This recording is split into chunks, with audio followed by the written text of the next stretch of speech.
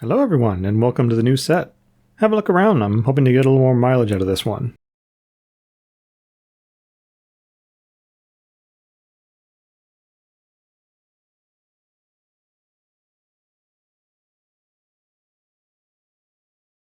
So I should introduce my new figure as well. It's a little more streamlined, it should have a couple more tricks, interact a little more with the environment, I hope. So about me as a GM, I tend to run 40 to 50 session campaigns, which, for some of you may be a little bit short, and for others of you it may be kind of normal. With every new campaign, I try to find some way to make it a little bit different from the previous one. I like to explore new audio options, new art options. I'm not the best artist, in case you can't tell, but I especially love tools that streamline the creation of game material the way the Dungeon Draft did. And with that, I'd like to introduce you to Dystopika. Now, I've had my eye on this software for a little while, especially since the end of my Age of Rebellion Afterlife campaign. I held off because I wasn't sure what direction the next campaign would take. I'm not sure if it would be fantasy, urban, sci-fi, etc., and I didn't want to commit any money until I was absolutely certain.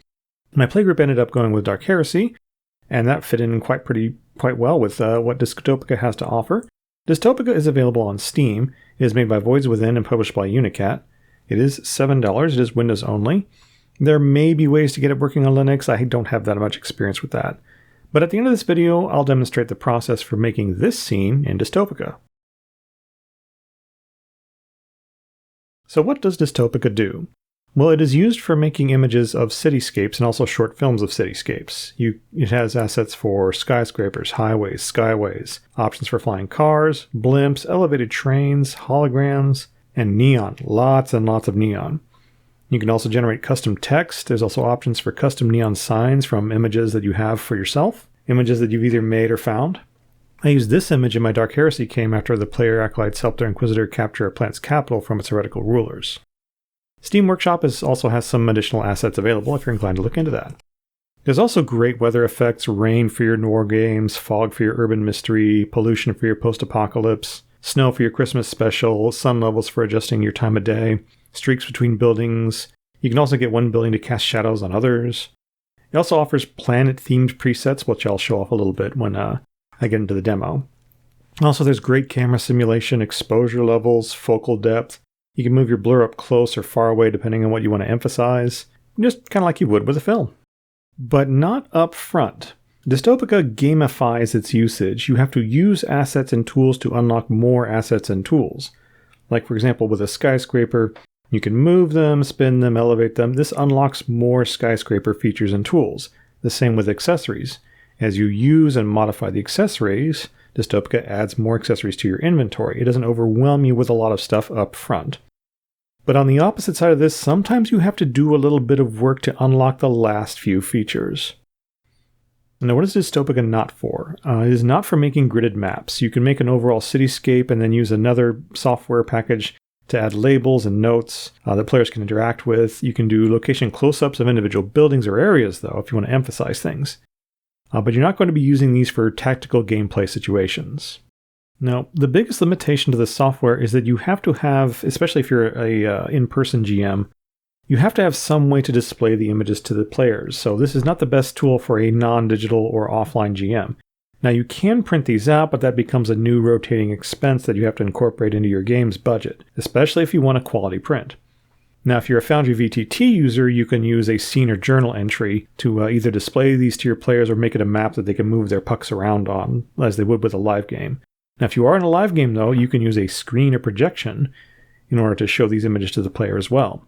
And this is really useful for urban sci-fi and cyberpunk settings. You could use this software with Shadowrun, Chaosium Cyberpunk, 40k products like Dark Heresy or Wrath and Glory, the Android setting of Genesis, some of the more urban planets in Battletech, some Star Wars planets like Nar Shaddaa or Coruscant, things like that. And with all that, let's make a scene, shall we?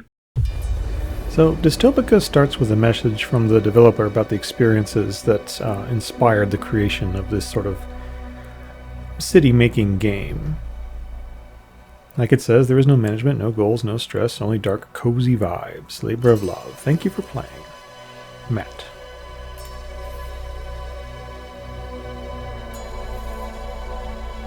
There is also some background music which you can change. And I am on version 1.5 Meditations. And this is a city that I was working on earlier, but we are going to start a new one. So let's go over to the main menu. I'm going to hit Create City, create a new city. These are some of the mods that I've looked into from time to time. I'm going to leave these disabled for now, so that you can just see what you can make with just the base game. Click on Create New City. Now let's talk about some basic mouse shortcuts. You can hold down the right mouse button to rotate your view, WASD to slide, Q and E to rotate, and the mouse wheel to zoom in and out. Now I like to start my work with a single central item, which is kind of the focus of the camera and also the players for the game. So I'm going to go into my prop area here, hit the drop down, and I'm going to make a freeway the center of my city image. And we can drag this around and place it wherever we want, and once it's placed, each of these pillars that makes up the freeway, you can mouse over the bottom of them or the top of them to manipulate them. If you mouse over the bottom, it alters their position. You can click on that, and you can move the position. So let's stretch this freeway out a bit, let's say. There we go, that's better. Being very careful not to add another stretch of freeway here. Now let's give the freeway a little bit of a sweep, just for fun. Maybe not that much of a sweep. Alright. And we want the beginning ramp to be really far back because we're going to put the camera way back here. And we want this to be an elevated freeway, so if you go to the top of each of these features, this little arrow appears and you can hold upward. And if you want your freeway sloped, you can use these to do just that as well. But I kind of want this freeway system to go sort of between the skyscrapers.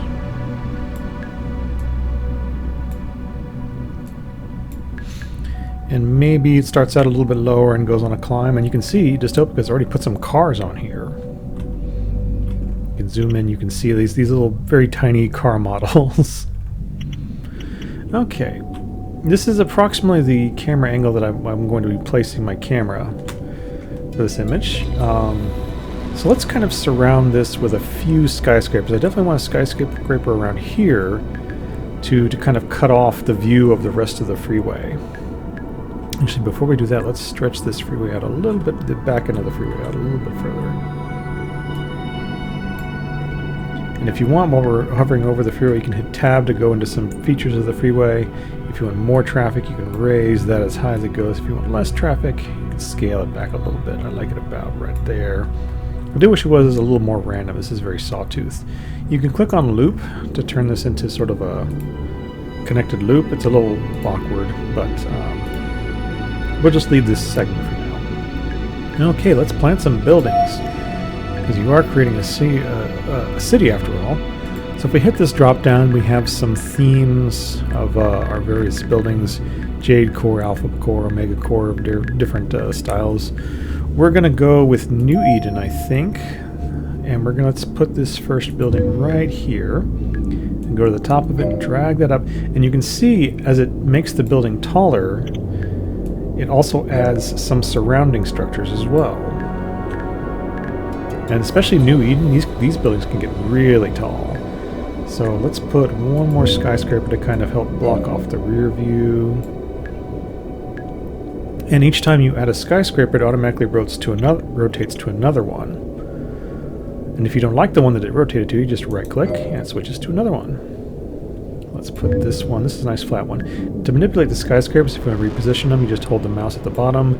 If you go to the middle, you can rotate it. At the top, as we've shown before, oops, added a skyscraper. You Control-Z to take that back. You drag upward to get a little more height out of it.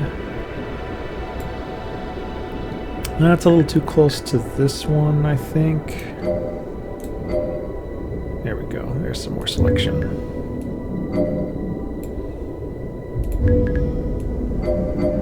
Let's not go full height with this one. We don't want it to look like too much of a match with this one. Let's rotate it so that it'll look like it's a different angle. Let's switch things up a bit. So let's go with Central BD as well. Drop this here. Oh, I unlocked something.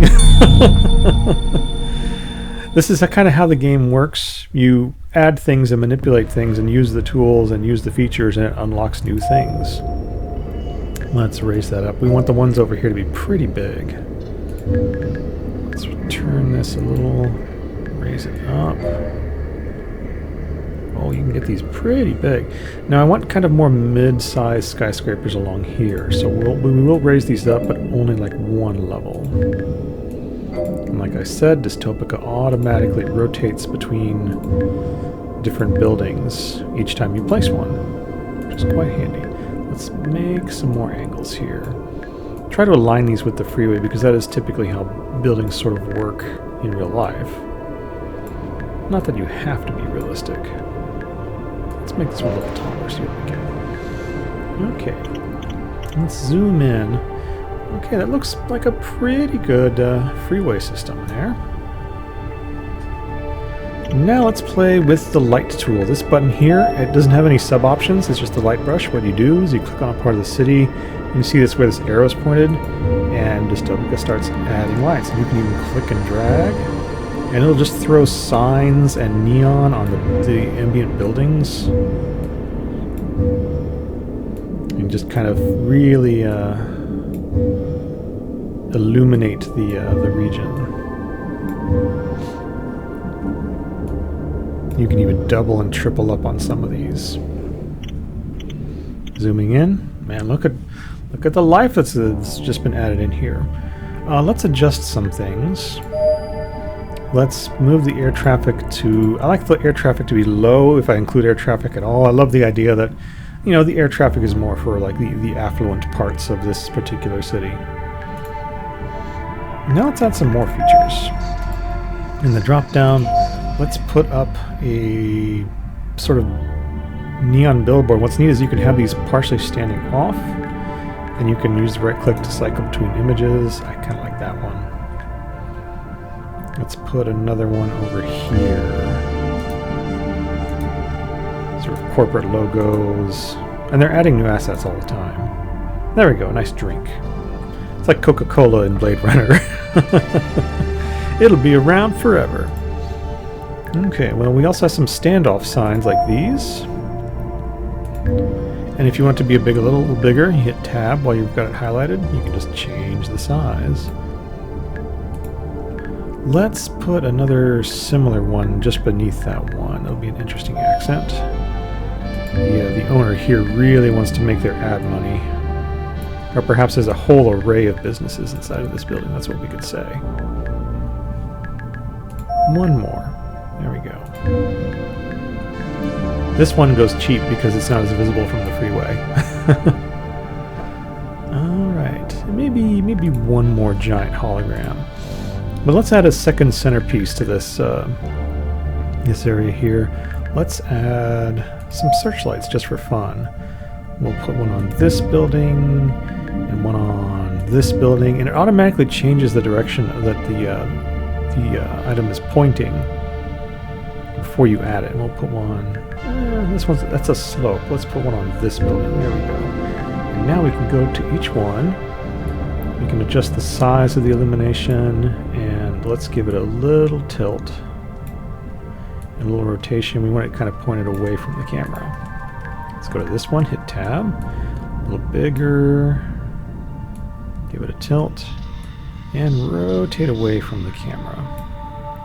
And the other one was over here, I think. Yep. Tab into that, make it a little bigger, tilt. That's a good angle for this one. So let's go into picture mode and orient our camera. You can go to this button here to play or pause to change the loop. And in this mode, Q and E raise or lower the camera. I want a nice low angle. Let's bring that over there, pull forward a bit, use the right mouse button to rotate.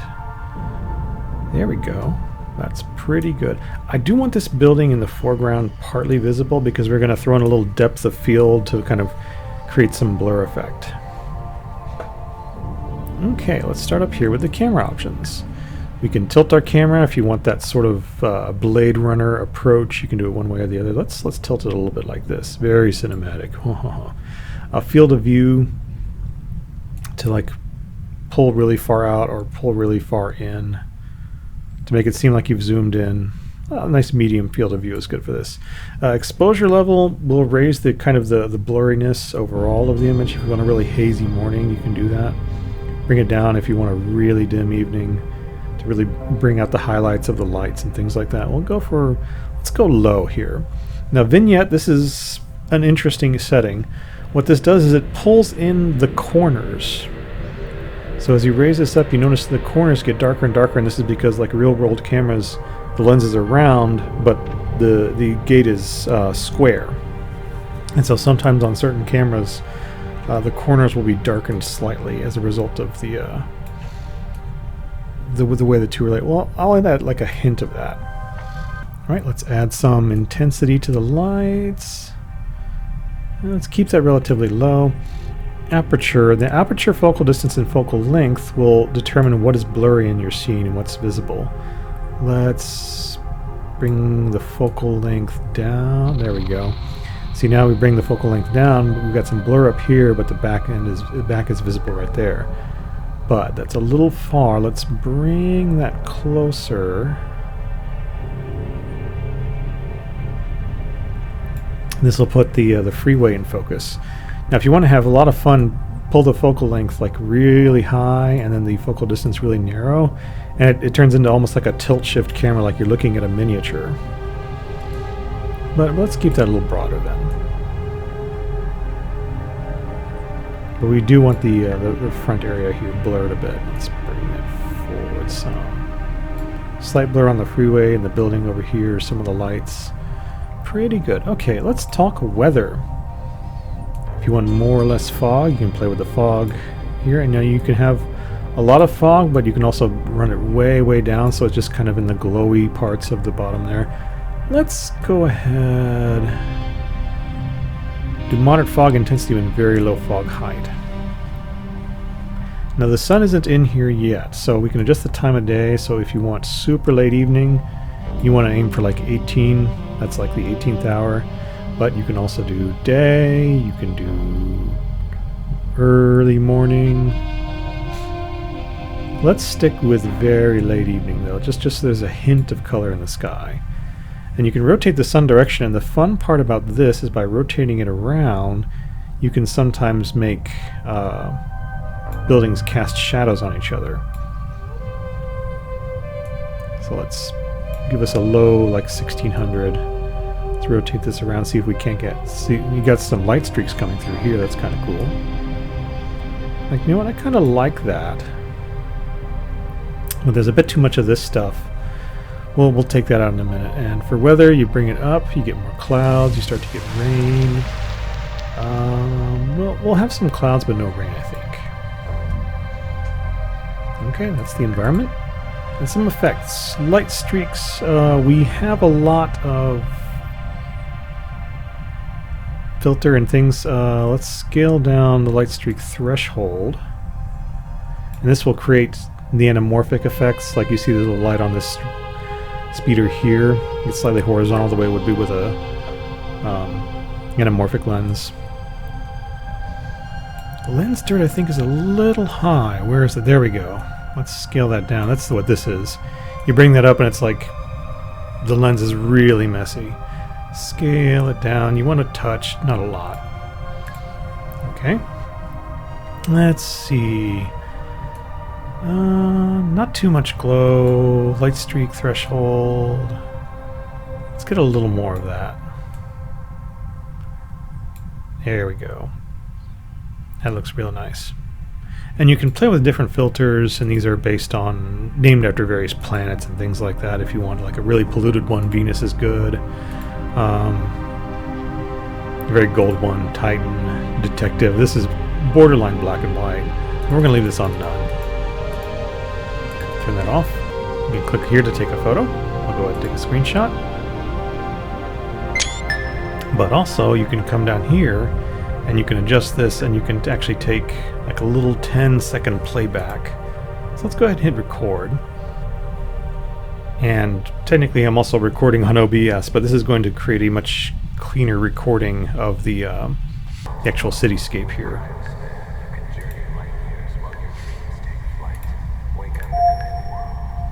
There you go, the interface goes away, and it is making 2 recordings, technically one in OBS and one on its own for about 10 seconds. There we go. Video saved. So that is Dystopika. $7, give it a try. It's on Steam. It's pretty good, and it's like the games that I mentioned. It could potentially add a little more imagery, a little more atmosphere to what you're trying to make. But that's all I have for this video. Thanks for everyone for watching. Happy gaming. Click all the usual YouTube buttons, and I'll see you next video.